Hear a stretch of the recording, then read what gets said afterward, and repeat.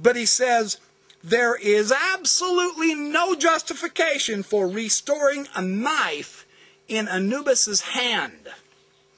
So he's trying to get a dig in on the penciling of the missing section in facsimile number 1. Now, why do I find that so interesting? Because of what he says on page 27. And he's explored all of the art. He's discussed very different, interesting, significant variations with the different lion couches. And here's what he says. It should be observed that in ancient Egyptian art, no strict iconographic canon was imposed on all versions of a single type scene. Therefore, variations occur among individual representations. Since each example was hand-produced and not stenciled, even direct copies are not identical in every detail. In the refreshed Egyptian art of dynasties 21 and 25 and 26 and the Greco-Roman period, we encounter new usages and creative recombinations not seen previously. And we see this especially in the private non-royal representations produced in Upper Egypt and outside the Nile Valley under the direction of local priesthoods, some borrowed from temple decoration. Under these circumstances, a considerable degree of flexibility apparently existed in deciding what was appropriate to depict in a given context. So why is he saying a knife is unjustified?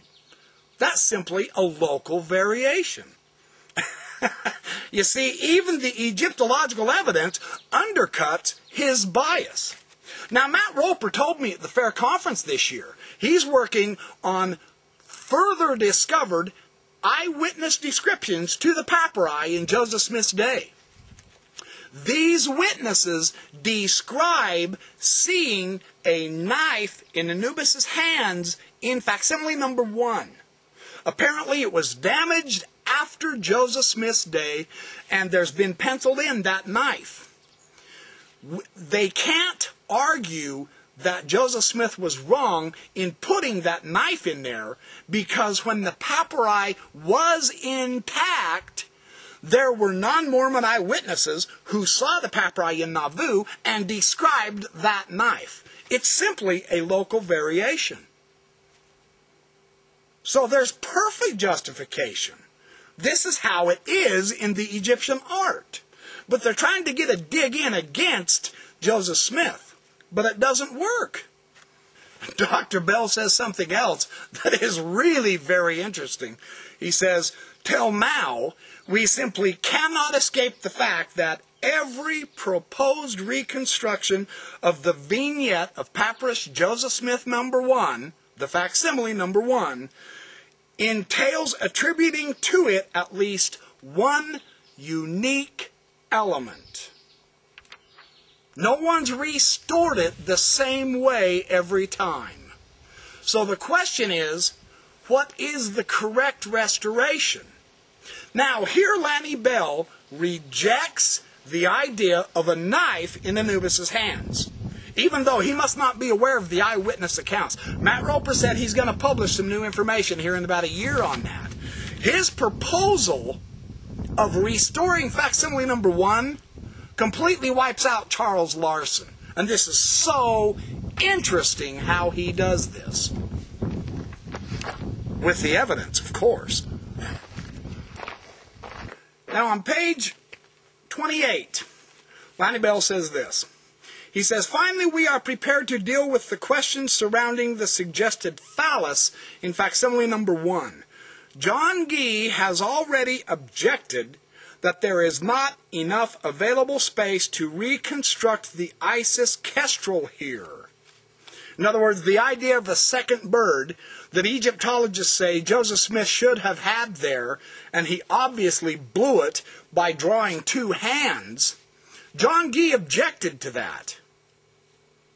Lanny Bell gives John Gee the credit, because John Gee, as a professional Egyptologist, is strictly correct. Here's what Lanny Bell says. Let me state clearly at the outset my conviction that the questionable traces above the head of the Osiris figure are actually the remains of his right hand. In other words, Joseph Smith was correct in his understanding of the drawing at this point. I'm going to read that to you again. From Lanny Bell, a non-Mormon Egyptologist, who agrees with John Gee's objection against Charles Larson's phony and incorrect reconstruction of facsimile number 1. This is big. Lanny Bell is the first professional non-Mormon Egyptologist to admit Joseph Smith was right. The questionable traces above the head of the Osiris figure is actually the remains of his right hand. It's not to his side. It's not the wing of a second bird. It is his second hand up by his face. In other words, Joseph Smith was correct in his understanding of the drawing at this point. I'm going to say that loud. Joseph Smith was correct at this point. The argument that Joseph Smith got nothing right in the facsimiles is outdated. You're wrong to proclaim that now. You have a professional non-Mormon Egyptologist who agrees with Joseph Smith, the Mormon prophet. And I'm going to show you this in print, and you can pause the video and read it for yourself. I've underlined it because this is big news. There it is.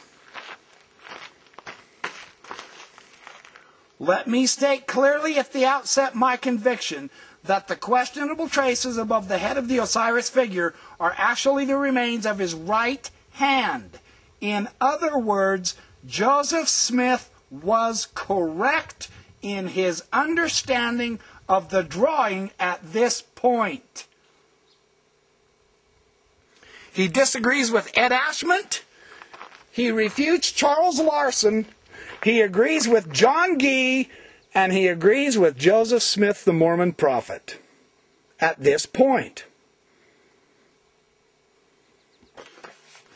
And he does say on page 28 that Ed Ashmont, in his critique of this, is very balanced in his analysis of the problem. And he says he presents compelling arguments for reading two hands.